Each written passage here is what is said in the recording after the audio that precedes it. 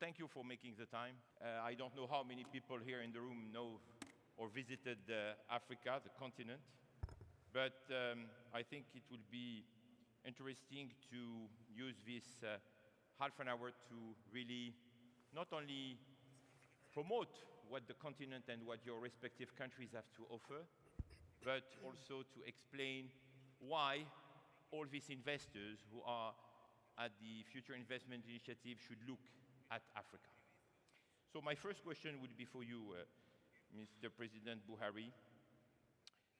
Since we are here in the Kingdom of Saudi Arabia, which is, as everybody knows, one of the top oil producers, and Nigeria is the top producer of oil in the continent, and you have also the highest GDP on the African continent, with, if I'm not mistaken, almost 2/3 of the revenues coming from oil exportations.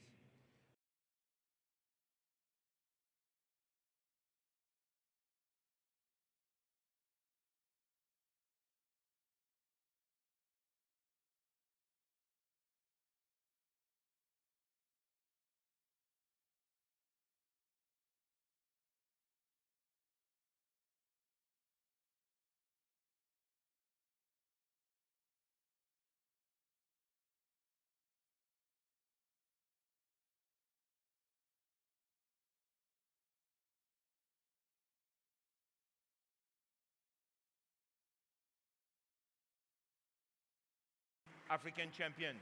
Thank you.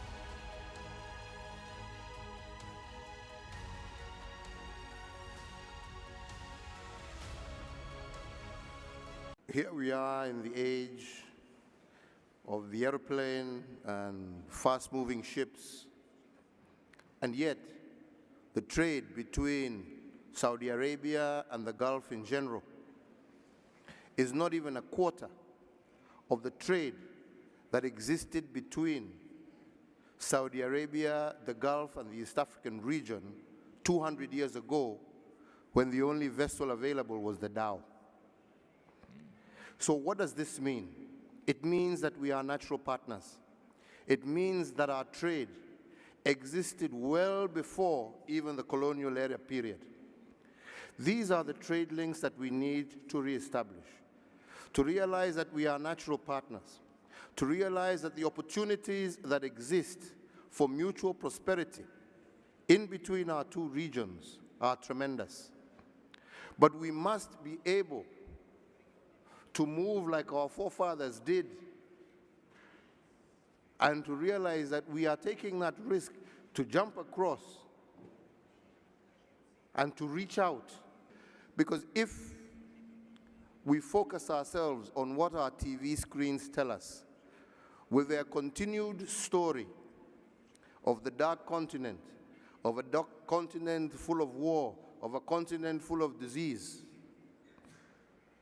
you're not going to be able to see through what the Chinese, the Russians, and many in the world are now seeing. That Africa is a land that is transforming, that Africa is a land that is changing, that Africa is a continent of very well-educated, one of the strongest trading blocs on the African continent through the East African community. And when this first disintegrated but later re-established, we have seen that through integration, through creating a common market, through bringing our people together, we are able to create an abundance of opportunities for our people. We have been able, for example, to reduce, because we're talking about larger populations, the cost of telephony, because now if it's phone calls between Kenya and Rwanda, for example, they are local calls, they are not international calls. We have been able to see an increase in the trade of volume between our two countries. We have been able to see the free movement of people between our countries. We have been able to take advantage of the larger size of the economy to attract larger investments into the region. We have been able to see a growth in terms of the employment opportunities available to our people. We're looking at strengthening our anti-corruption tools, strengthening our prosecution departments, our courts, our investigative arms, but also through digitization, which is something that we have also seen. Through digitization, creating a much more open, transparent tender and procurement processes that have also helped ease and made it much more transparent in the manner in which especially government does her procurement. And at the end of the day, we have also launched a very intensive campaign in and amongst our population, talking about the evils and vices of corruption. Furthermore, we are also reworking our education curriculum because we want, from a very early age, we want our children to grow up learning the value of being upright, being forthright, and being good citizens. So we want to bring back that moral value in terms of our own education. So it's not just a question of teaching our children English and math and science, but also the importance of upholding true and proper moral values as being the key to any human growth in the future. The issues that were ever perennial about drought, now if there's a bumper harvest in Uganda, huge markets are available in Kenya. If vice versa, there is a bumper milk crop, vice versa, we are able to push it into the Ugandan market. So without doubt, as we have seen with most trade arrangements, coming together as one trading bloc has many, many more positives than it has negatives. And therefore, we are keenly looking forward and very supportive of the continental free trade area, because all we are saying is let us bring all these blocs together. As you may be aware, we had already made tremendous progress towards merging COMESA, the East African Community, and SADC, bringing them into one trading bloc. So this is just one step further. We have just leapfrogged and said we want the whole African continent together. 1.2 billion people, 70% of those below the age of 20, a huge market, huge opportunities in a continent that has today over 40% of the world's resources. So the opportunities are just abundant and amazing. What China has seen in Africa is opportunity.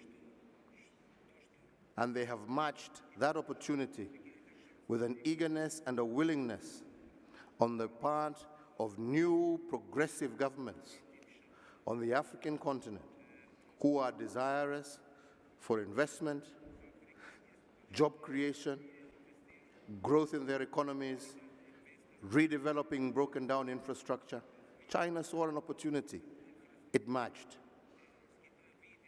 Russia has woken up and seen that China is moving very far ahead of them. They have decided also they want a piece of that action. We're telling the world, come, Africa is open for business. Africa's enemies are only those who see us in negative light. Absolutely. Africa wants to be a friend to all. Absolutely. And is open for business. Absolutely. On the economy, which affect employment, we went back to the land. Luckily, we have vast arable land in Nigeria. We have encouraged the young men and young able-bodied person, especially an educated ones, to go back to the land. How do we do it? We encourage them by giving soft loans to farmers, by the Ministry of Agriculture and Rural Development, by